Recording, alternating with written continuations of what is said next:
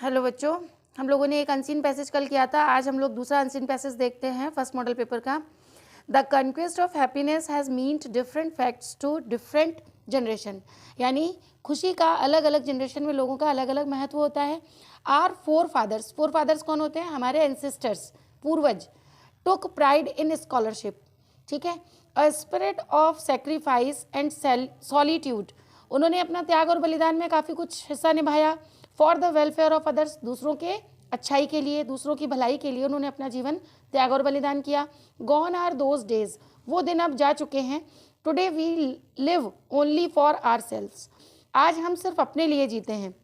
We are jealous of the advancement of our neighbours, हम अपने पड़ोसियों की उपलब्धियों से या उनके एडवांसमेंट, उनके सुधार से हम क्या होते हैं? जेलस होते हैं। We end up tense and unhappy, और उससे हमारी क्या होती है? चिंता जो है वो बढ़ती है और हम हमेशा क्या होते हैं? अनहैप्पी रहते हैं, नाखुश रहते हैं, खुश नहीं रहते हैं। The term happy has a variety of meanings, खुशहाली का बहुत सारे मतलब होते हैं। It stand for the lucky fortunate, यह एक अच्छे भाग्य पर स्थिर रहती है। कंटेंट यानी क्या होता है? कंटेंट का मतलब संतोष।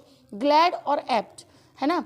कंटेंट यानी संतुष्ट आत्मा हमेशा क्या होती है? प्रसन्न होती है। Happiness lies with in the mind of the individual, खुशी जो है वो हर व्यक्ति के अपने अपने मस्तिष्क में निवास करती है। No amount of external wealth may be helpful in making him happy, कोई भी धन ऐसा नहीं है जो किसी को खुश कर सके। सिर्फ धन ऐसी चीज़ नहीं है जो किसी को खुशी दे सके। Our forefathers had lifestyle, हमारे फोर फादर, हमारे जो एंसेस्टर्स यानी पूर्वज जो थे, उनका अलग जीवन जीने का तरीका था। वेरी मच डिफरेंट, हमसे बहुत अलग था। From those we have today, जो आज हमारा जीवन जीने का तरीका है, उससे पहले के लोगों का जीवन जीने का तरीका अलग हुआ करता था। लोग पहले दूसरों के हित के लिए इतना कुछ कर जाते थे कि ये भी नहीं देखते थे कि हमारा इसमें क्या नुकसान हो रहा है। और आज हम अपने स्वार्थ में इतने गिर जाते हैं कि हम ये नहीं देखते कि हमारा खुद का मॉरल क्या बचा है। सामने वाले को हर्ट करने के लिए हम इतना नीचे गिर जाते हैं कि हम स्वयं का भी, अपना भी भविष्य नहीं देख पाते कि वास्तव में हमें जाकर के कभी ना कभी ईश्वर का सामना करना है।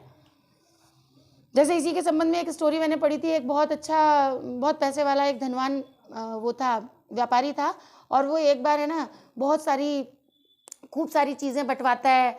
वो कभी है ना कहीं पर कोई चीज़ दिलवाता है, कभी कोई चीज़ खरीद कर दान देता है।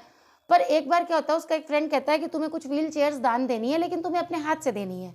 वो हर जगह चेक वगैरह साइन करके दे देता था, वो खुद नहीं जाता था क्योंकि बहुत पैसे वाला था। तो एक दिन उसका एक फ्रेंड था, वो माना नहीं, उसको बोला कि एक विकलांग विद्यालय है, वहाँ चल करके कुछ बच्चों को क्या देनी है? व्हील चेयर दान में देनी है, लेकिन तुम्हें अपने हाथ से देनी है। तो ठीक है, अपने फ्रेंड की बात को वो टाल नहीं सका, वो वहाँ देने के लिए चला जाता है। जब वो देने के लिए जाता है, वहाँ जाकर के जब वो व्हील चेयर सबको देता है, तो उनमें से एक बच्चा था, उसकी दोनों टांगे नहीं थी, है ना। और वो जब व्हील चेयर पर बैठ करके खेलता है, कूदता है, अपने आप को बड़ा कंफर्टेबल महसूस करता है, क्योंकि व्हील चेयर चला करके वो कितनी दूर भी जा सकता था। ऐसे तो वो घसीट घसीट के चल नहीं पाता था। तो वो जब चल रहा होता है तो वो उस बंदे को जिसने दान किया था, उसको कंधों से पकड़ करके और उसका चेहरा ध्यान से देखता है। तो पूछता है कि तुम ऐसे क्यों देख रहे हो मुझे? तो वो उसको कहता है कि मैं इसलिए देख रहा हूँ कि मैं आपको स्वर्ग में जब मैं जाऊँ तो मैं आपको पहचान सकूँ कि आखिर वो भगवान स्वरूप कौन है। मतलब उसको उस दिन, उस व्यक्ति को लगता है कि मैंने इतने सालों से मैं जिस खुशी को ढूंढ रहा था, वो खुशी मुझे कहीं नहीं मिली थी। वो खुशी उसे उस दिन रियलाइज हुई कि वास्तव में असली खुशी वो है कि जब आप किसी के लिए कुछ ऐसा कर दो जो उसकी नीड थी, उसकी बहुत आवश्यक वस्तु थी, और वो आपने उसे उपलब्ध कराई, और वो मिलने के बाद उस व्यक्ति के चेहरे पे जो खुशी आपकी वजह से आई है, वो खुशी हमें जो खुशी देती है, वो और कोई चीज़ हमें नहीं दे सकती, वो दुनिया की कोई दौलत नहीं दे सकती। ये सीख उस करोड़पति व्यक्ति को उस दिन मिली। तो इसी तरह से ये खुशी के ऊपर ही आधारित आपका पैसेज चल रहा है, ठीक है। तो यहाँ पर हमने देखा कि वी हैव टुडे, जो आज हमारी खुशी का मतलब है, वो पहले के लोगों का खुशी का मतलब नहीं होता था। Their life was based mainly on the concept of simple living and high thinking. पहले के लोगों की सोच क्या होती थी कि सिंपल लिविंग, सादा जीवन जियो और उच्च विचार रखो। High living, simple living and high thinking, अपने विचार, थिंकिंग, थॉट्स कैसे रखो? उच्च रखो। लेकिन आजकल लोगों के विचारों में ही निम्नता आ गई है, विचारों में बिल्कुल शून्यता आती जा रही है, विचार शून्य हो गए हैं। हम सोचते ही नहीं कि हम कर क्या रहे हैं। People were satisfied with what ever they obtained after working hard. लोग संतुष्ट होते थे पहले क्या करके? बहुत कठिन मेहनत करके संतुष्ट होते थे, है ना। आज क्या सोचते हैं? आज हर चीज़ की मशीन आ जाए, आज हमारे पास रोटी बनाने की मशीन आ जाए, कपड़े धोने की आ गई, मसाला पीसने की आ गई, बर्तन जमाने की भी आ जाए, बर्तन मांजने की भी आ जाए, हम खुद कुछ करना ही नहीं चाहते। हार्ड वर्क तो हम शब्द से दूर रहना चाहते हैं। हार्ड वर्क का मतलब हम सब भूलते जा रहे हैं। हम अपने बच्चों को भी ऐसी लग्जीरियस लाइफ देते हैं, ऐसा आराम जीवन उन्हें देना चाहते हैं जिससे वो बच्चे दिन पर दिन उनका शरीर बिगड़ता जा रहा है, तरह तरह की बीमारियां, रोग घेर लेते हैं, क्योंकि हम शरीर के द्वारा कोई काम करना ही नहीं चाहते। बच्चे 9 बजे तक 10 बजे तक पड़े रहते हैं। पेरेंट्स उनके टीचर्स को फ़ोन करके कहते हैं कि आप अपना टाइम चेंज कर लीजिए, क्योंकि it is not convenient to us, हमारे लिए सुविधाजनक नहीं है। हमारा बच्चा 10 बजे सो के उठता है, हम खुद 8 बजे सोकर उठते हैं, हमारे घर में कोई नहीं उठता।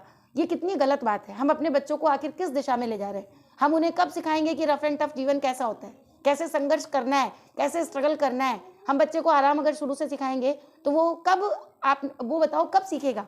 संघर्ष करना कभी नहीं सीखेगा। जब आपको बचपन से आदत ही नहीं पड़ी संघर्ष करने की, तो आगे जाके आप एकदम से सीख सकते हो? नहीं सीख सकते, कभी भी नहीं सीख सकते। इसलिए मेरी पेरेंट्स से भी यही गुजारिश है कि आप लोग अपने बच्चों को स्ट्रगल सिखाएं। भले ही आपके घर में खूब सुख सुविधा है, कोई बात नहीं, भगवान की कृपा है, असीम कृपा आप पर बनी रहे, लेकिन बच्चों को इस संघर्ष से परिचित कराना अत्यंत आवश्यक है। जब तक हम छोटी छोटी चीज़ों का महत्व नहीं समझेंगे, तब तक हम उन चीज़ों की वैल्यू करना नहीं जान पाएंगे।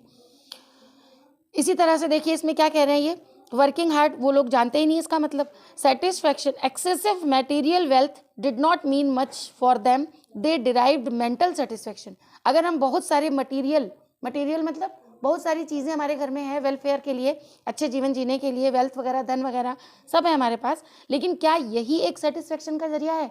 क्या उन्हीं से संतुष्टि मिल सकती है? नहीं मिल सकती, क्योंकि एक चीज़ के बाद एक चीज़ हमारी भूख बढ़ती जाती है। आज हम सोच रहे हैं हमारे पास 2 व्हीलर होना चाहिए, कल हम सोचेंगे हमारे पास कार होनी चाहिए, परसों हम सोचेंगे हमारे पास हेलीकॉप्टर होना चाहिए, हमारे पास पर्सनल ग्लाइडर होना चाहिए। तो ये जो चाहते हैं, इंसान की जो इच्छाएं हैं, वो कभी पूर्ण नहीं होती। इसलिए हमें इच्छाओं पर नहीं, ज़रूरतों पर ज़िंदगी जीनी चाहिए। ज़रूरतें पूरी करनी चाहिए, बच्चों की आवश्यकताएं आप पूरी करो, लेकिन डिमांड्स नहीं। डिमांड्स पूरी करने से बच्चा सिर्फ ख्वाहिशमंद बनता है, सिर्फ तलबगार बनता है, हर चीज़ की डिमांड रखना जानता है, वो कभी किसी चीज़ की वैल्यू करना नहीं सीख सकता। Did not mean much for them, they derived mental satisfaction and enrichment which they aimed मतलब किसी चीज़ का निशाना करना, किसी चीज़ को टारगेट करना कि हमें ये बनना है, गोल अचीव करना। तो सिर्फ इतना ही सब कुछ नहीं होता। The structural framework of our forefather, हमारे जो फोरफादर्स थे उनका स्ट्रक्चरल फ्रेमवर्क जो था, यानी जिस तरह से ढांचागत उनकी जो कार्य प्रणाली थी, families was different from those of ours, उनके परिवार की संरचना भी हमारे परिवारों से अलग थी। They lived in a cohesive joint family, वो एक बड़े परिवार में रहा करते थे, संयुक्त परिवार में रहते थे। Structure where they were happier than us, और वो हमसे भी ज़्यादा खुश हुआ करते थे। They cared for each other, वे एक दूसरे की केयर करते थे। The siblings grew up with their cousins, जो भाई बहन हैं, चचेरे, वो सब एक दूसरे के साथ, अपने सिबलिंग्स के साथ बड़े होते थे। The bond of love which they share cannot be easily found in the nuclear family of the day. आजकल बच्चों के मध्य जो न्यूक्लियर फैमिलीज हैं, एकल परिवार हैं, उनमें वो प्रेम भावना नहीं दिखाई देती जो जॉइंट फैमिली के बच्चों में हुआ करती थी।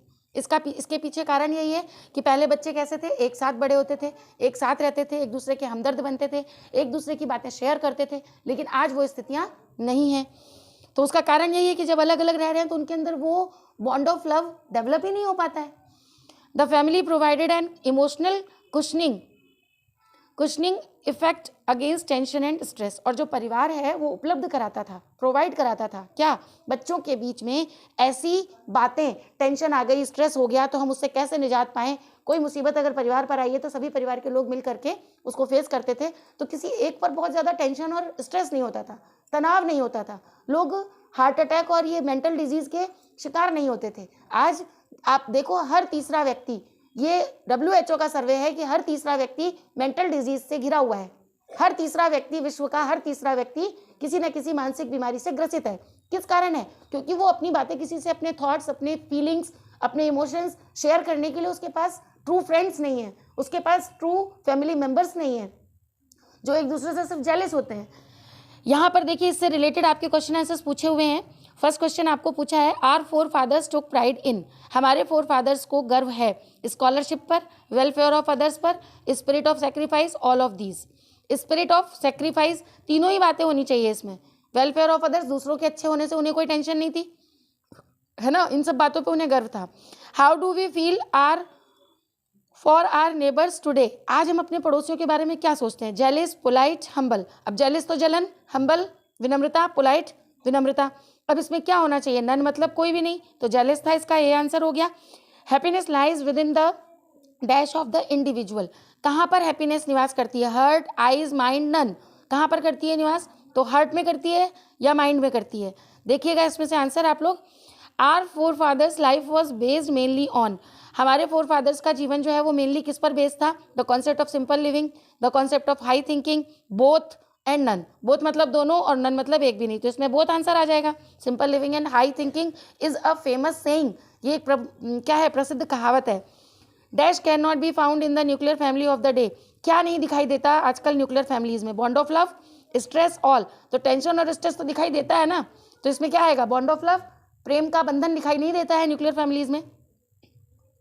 फिल इन द ब्लैंक्स, देखिए इसमें पूछा है आपसे, the family provided and dash effects, ठीक है, तो एंड कैसा कुशनिंग इफेक्ट्स? तो इसमें लास्ट में आया हुआ था आपके emotional, and emotional cushioning effect. Excessive material dash did not mean for forefathers, excessive material wealth आएगा यहाँ पर, ठीक है, वेल्थ। राइट सिमिलर वर्ड, देखिए ये आ गया सिमिलर वर्ड जिसको हम बोलते हैं सैनोनिम्स, ठीक है, समानार्थी शब्द। Right similar word of the following words from the passage. Development के लिए इसमें क्या आया है और एंसेस्टर के लिए क्या आया है? एंसेस्टर मैंने आपको पहले ही बोल के बता दिया था, एंसेस्टर्स पूर्वज को कहा जाता है, और उसी के लिए इसमें आपके पैसेज में वर्ड आया फोर फादर्स, ठीक है, four father is the correct word. And development के लिए देखिए आप एक बार देख लीजिए, डेवलपमेंट के लिए यहाँ पर आपके एडवांसमेंट दिया हुआ है। एडवांसमेंट का मतलब भी यही होता है बढ़ना, विकास होना, एडवांसमेंट, एडवांस करना, ठीक है, विकास होना। तो एडवांसमेंट इसमें क्या हो गया? सिमिलर वर्ड हो गया डेवलपमेंट का। ठीक है बच्चों, मैं उम्मीद करती हूँ आप लोगों को अच्छे से पैसेज समझ में आ रहे होंगे।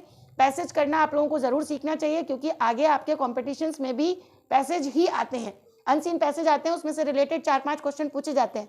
तो ये चीज़ आपकी डेवलप होनी चाहिए, इसीलिए मैं इसके वीडियोस बनाकर डाल रही हूँ। अगर आप लोगों को पसंद आते हैं, आपको कुछ अच्छा लगता है, तो आप इसे आगे भी शेयर करिएगा, अपने सभी मिलने जुलने वालों को इसको शेयर कीजिएगा आपके कॉन्टेक्ट्स पे। थैंक यू बच्चों।